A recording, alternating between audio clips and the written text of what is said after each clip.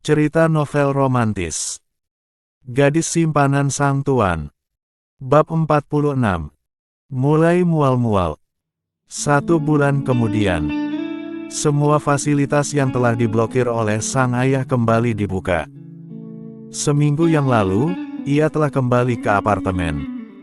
Seperti dulu, tinggal sendiri dan bebas melakukan apapun. Namun, kali ini ia akan dipantau. Kalau saja ia melanggar 1 kali lagi ucapan ayahnya, maka lelaki itu tak segan-segan untuk menendangnya dari rumah, tanpa membawa apapun. Dia diancam menjadi gembel. Huwe. Terdengar dari arah kamar mandi, wanita berambut panjang itu tengah memuntahkan kembali makanannya. Sudah 3 hari ini, ia memang mengalami keanehan pada dirinya. Setelah sarapan, ia kerap muntah-muntah. Bahkan, mood swing kadang melanda, entah sebab apa, ia menjadi kesal sendiri. Dan jangan lupakan, jadwal tamu bulanannya yang sudah lewat 3 minggu dari tanggal biasanya. Monica, wanita itu menepuk-nepuk tengkuknya. Saat rasa mual itu terus menyapa, perutnya seperti diaduk-aduk, diiringi denyutan yang semakin terasa di kepalanya. La membuka air keran, mencuci mulutnya saat rasa yang menyebalkan itu mereda. Wanita itu sangat benci kondisi seperti ini. Dengan keadaan yang terasa lemas, ia bersandar di dinding, menatap nanar ruang kosong di sekelilingnya. Tiba-tiba air matanya mengalir, jantungnya naik turun seiring nafasnya yang terdengar memburu. Ia bukan wanita bodoh yang tidak mengerti tanda-tanda apa ini. Bagaimana kalau dia benar-benar ada di perutku? Makin menangislah saat ia memikirkan itu semua. Perlahan, ia terduduk di lantai yang dingin. Sedingin hatinya yang membeku, karena keangkuhan yang ia pupuk. La terus bertanya pada dirinya sendiri. Bagaimana? Aku harus apa? Haruskah? Tak tahan hanya menduga-duga, ia segera lari ke arah lemari, memakai pakaian yang sedikit lebih sopan, dan menyambar tas serta kunci mobil. Pagi itu, tujuannya adalah apotek. Dia ingin membeli alat tes kehamilan. Untuk memastikan benar atau tidaknya, apa yang ia pikirkan. Semoga saja itu semua salah. Semoga saja segala ketakutannya tidak terjadi. Tapi bagaimana kalau benar? Mau jadi apa dia, kalau sampai Mario tahu dirinya hamil, bahkan tanpa seorang lelaki? La melampiaskan kekesalannya, mencengkram dan memukul kemudi dengan keras. Arg! Monica berteriak kencang seraya terus terisak-isak. La benci menjadi lemah, ia benci ketakutan, ia benci sifatnya yang seperti ini, ia benci sungguh benci. Tak lama kemudian, mobil itu berbelok di sebuah apotek kecil di pinggiran kota. Ia segera mengatakan apa yang ia butuhkan. Tanpa menunggu lama, Monica mendapatkan alat tes kehamilan itu. Ia membelinya 5 sekaligus. Terima kasih, ucapnya lalu kembali melangkah ke arah mobilnya. Begitu dia sampai di basement apartemen, kaki jenjang itu segera berlari menuju kamar. Ia sudah tidak sabar masuk ke dalam kamar mandi, dan mencoba alat itu. Menunggu sekitar beberapa menit. Dengan tangan yang gemetar, dan harap-harap cemas Monica mengintip hasil tes pack tersebut. Ku mohon jangan. Semuanya menunjukkan hasil yang sama. Arg! Dilemparnya benda kecil itu ke sembarang arah. Tergeletak berserakan di atas lantai, dengan tanda 2 garis merah. Monica kembali menangisi takdirnya. Wanita itu yakin, ini bukanlah benih teman lelakinya di klub, karena dia benar-benar lelaki yang sangat antisipasi. Ia memakai pengaman saat melakukannya. Ini adalah benih Daniel. Ya, ini miliknya yang kala itu tak sengaja menyemai di dalam kebun Monica. saat wanita itu kepergok sang ayah. Bahkan sebelum itu ia sudah tidak meminum pil penunda. Pil itu habis dan dia lupa membelinya. Monica kembali berteriak, mengacak-acak rambutnya. Bahkan sesekali memukul perut rata itu merasa tak terima. Tak terima ada nyawa lain di rahimnya. Di rumah luas yang hanya dihuni oleh 3 orang. Terlihat mereka baru saja menyelesaikan makan malam. Tidak, hanya kedua sejoli itu. Sedangkan Rani, sang asisten rumah tangga sudah makan lebih dulu. Sayang, ada berkas yang aku kerjakan, kamu tidur duluan saja ya. Nanti aku buatkan susu dulu. Ucap Albert pada sang istri yang duduk di sampingnya. Mereka memang makan berdua, tetapi ingat kebucinan lelaki satu ini. Ya, dia tidak membiarkan tangan sang gadis menyentuh piring dan sendok. Dia sendiri yang menyuapi Cila, dan memastikan gadis itu makan dengan cukup.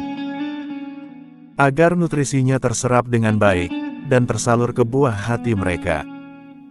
Lama enggak? Tanya Cila setelah ia menandaskan segelas air putih yang Albert berikan. Tidak sayang. Aku janji, begitu selesai aku langsung ke kamar. Balas Albert seraya mengusap puncak kepala gadisnya dan meninggalkan kecupan manis di sana. Setelah itu, ia kembali menggendong sang istri masuk ke dalam kamar. Meninggalkan Rani yang membereskan meja makan. Di sela langkah Albert, Cila mencolek hidung, lalu meraba-raba ribiar lelaki itu, ribiar yang kerap menyesapnya tiada henti, dan membuat semangat dirinya mengudara. Sayang, jangan merayuku. File ini benar-benar harus cepat aku selesaikan. Renek Albert mulai merasakan ehem-ehemnya terpancing, akibat sentuhan lembut istrinya. Mendengar itu, Cila justru terkekeh. Ia memang hanya ingin merayu suaminya. Tidak lebih. Lantas dengan gerakan cepat, gadis itu mengecup pipi Albert. Kakak terlihat menggemaskan. Semangat ya. Lelaki itu mengulum senyum, tak mau kalah. Ia juga ikut mengecupi Cila, dan sedikit memberi gigitan gemas. Setelah membuatkan istrinya susu, dan memberi beberapa usapan di punggung gadis itu, Albert kembali ke ruang belajar, berkutat dengan file yang baru setengah ia kerjakan. Hingga setengah jam berlalu, ternyata lelaki itu belum mampu untuk menyelesaikan. Bahkan pikirannya kembali buyar, oleh suara pintu yang diketuk dari luar. Masuk. Dan seseorang benar-benar masuk setelah mendengar perintah itu. Satu gelas kopi di tangannya terlihat mengepul, aromanya yang khas begitu menyeruak ke seisi ruangan. Dengan senyum mengembang, Rani mendekat ke arah tuannya, lalu meletakkan kopi tersebut di meja Albert. Tuan, saya buatkan Anda kopi, karena sepertinya Anda akan begadang. Ucap Rani perhatian. Lelaki itu bergeming, ia hanya sibuk dengan layar menyala di depannya. Namun, hal itu tak membuat seorang Rani menyerah. Wanita yang sudah cukup umur untuk menikah itu, tetap berdiri di samping meja Albert. Membuat lelaki temperamental itu jengah. Siapa yang menyuruhmu membuatnya? Cetus Albert akhirnya. Mendengar itu, ribiar Rani terangkat. Tidak ada, Tuan. Saya berinisiatif sendiri membuatnya untukmu. Lalu, kau berharap apa? Kau berharap aku meminumnya? Pelan, Rani mengangguk, ditanya seperti itu hatinya semakin merasa senang. Tanpa berkata apapun lagi, Albert mengangkat gelas itu. Membawanya menuju mulut, tetapi bukan untuk diminum, melainkan ia meludah di sana. Menunjukkan bahwa dirinya begitu jijik. Dan Rani jelas tahu apa yang dilakukan lelaki itu, ribiar yang semula melengkung ke atas berubah datar seketika. Lihat dengan matamu. Dengan frustasi, Albert membuang gelas itu ke tempat sampah. Lah sudah cukup sabar selama sebulan ini, membiarkan Rani bertingkah sesuka hatinya. Tetapi ternyata semakin lama, wanita ini semakin tidak tahu diri. Albert menyunggingkan senyum, melihat wajah Rani yang berubah pias. Ia bangkit, lalu melangkah ke arah pintu melewati pembantunya itu. Kau boleh tidur nyenyak malam ini, karena esok aku tidak ingin melihat wajahmu lagi. Dan ingat, Albert menjeda dengan tersenyum sinis. Aku tidak menyukai kopi, aku lebih suka susu asli. Glek. Rani dipecat. Dari semalam, Rani sudah mengemasi barang-barangnya. Lah memasukkan semuanya tanpa ada yang tertinggal satupun. Setelah kejadian itu, Albert keluar dari ruang kerjanya. Lelaki itu sempat kembali, tetapi bukan untuk menahannya, melainkan untuk memberinya uang pesangon. Albert melemparkan uang itu ke bawah kaki Rani, tanpa memandang ke arah wanita itu. Sang tuan berkata, hal itu semata-mata karena ia sudah melayani sang nona, bukan karena ia kasihan atau apapun itu. Terlebih Rani tidak sampai bertindak bodoh, untuk melukai atau melakukan hal-hal yang membahayakan, pada jabang bayi yang ada di dalam perut gadis itu. Kalau saja Rani melakukan itu semua, Albert mungkin sudah mendepaknya dari dulu. Bahkan mungkin memberinya balasan yang setimpal. Albert juga memberi perintah, agar ia meninggalkan rumah ini sebelum Cila terbangun. Kalau 1 detik saja pagi ini dia masih kelihatan berkeliaran di rumah ini, dan Albert melihatnya. Jangan salahkan lelaki itu, jika Rani akan menerima akibatnya.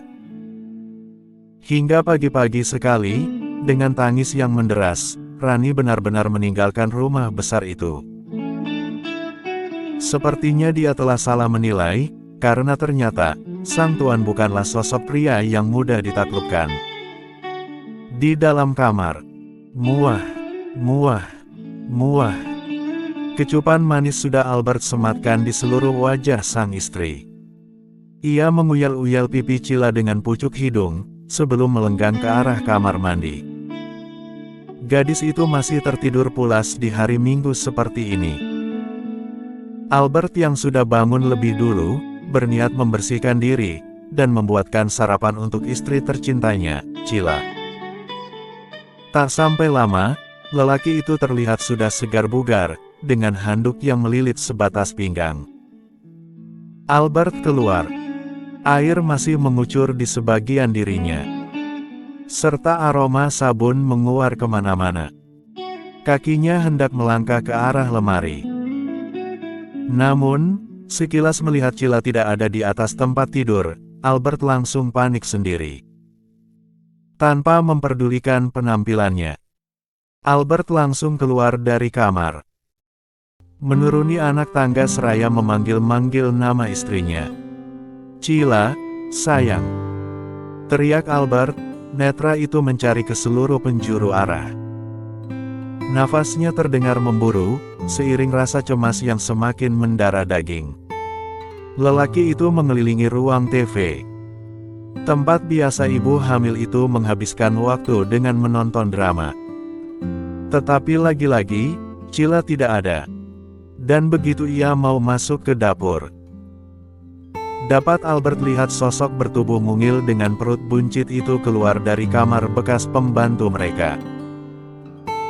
Tanpa pikir panjang, Albert langsung menyeret langkahnya, menghambur ke arah Cila. Merengkuh diri itu masuk ke dalam dekapannya. Sayang, kau habis kemana? Kenapa turun tanpa memberitahu aku? Aku mencarimu, ucap Albert bertubi-tubi. Menetralkan rasa takut itu dengan mengecupi puncak kepala istrinya.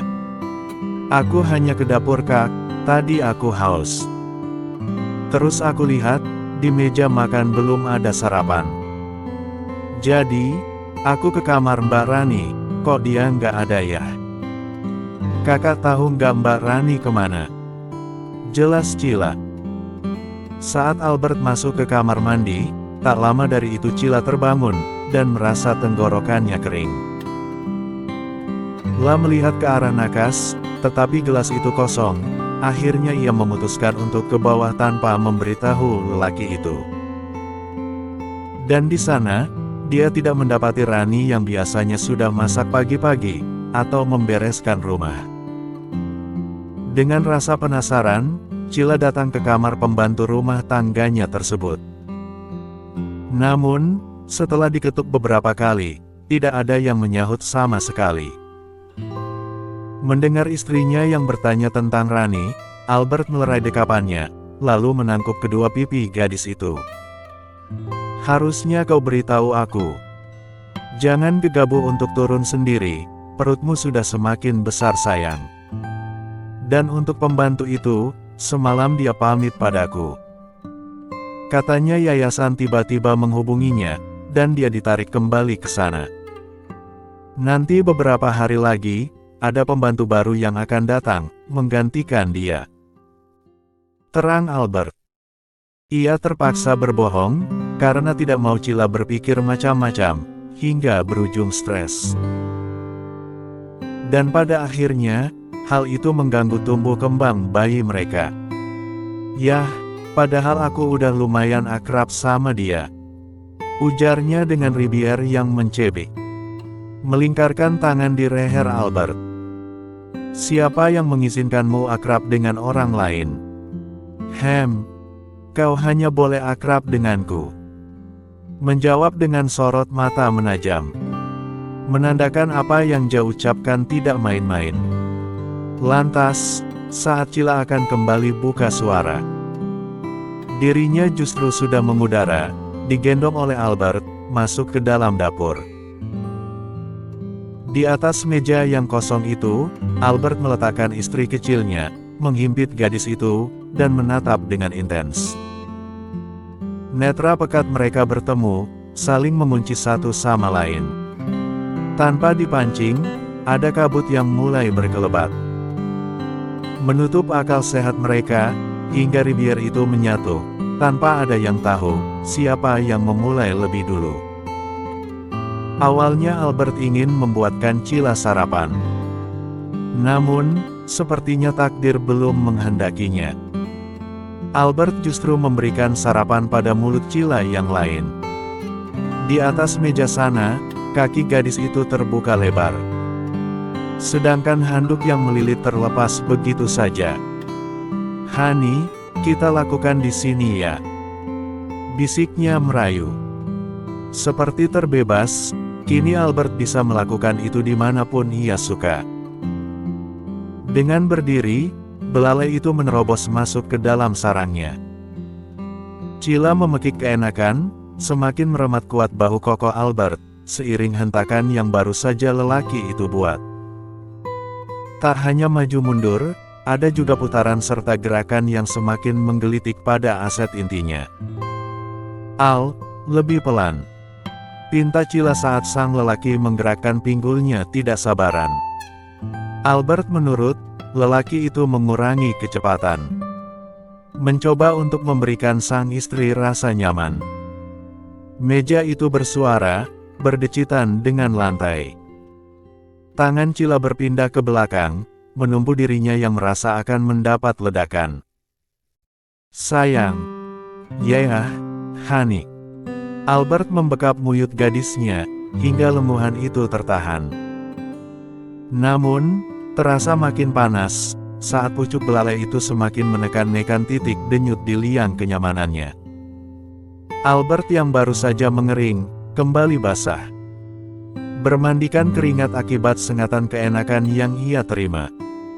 Percintaannya dengan Cila memang tidak ada duanya.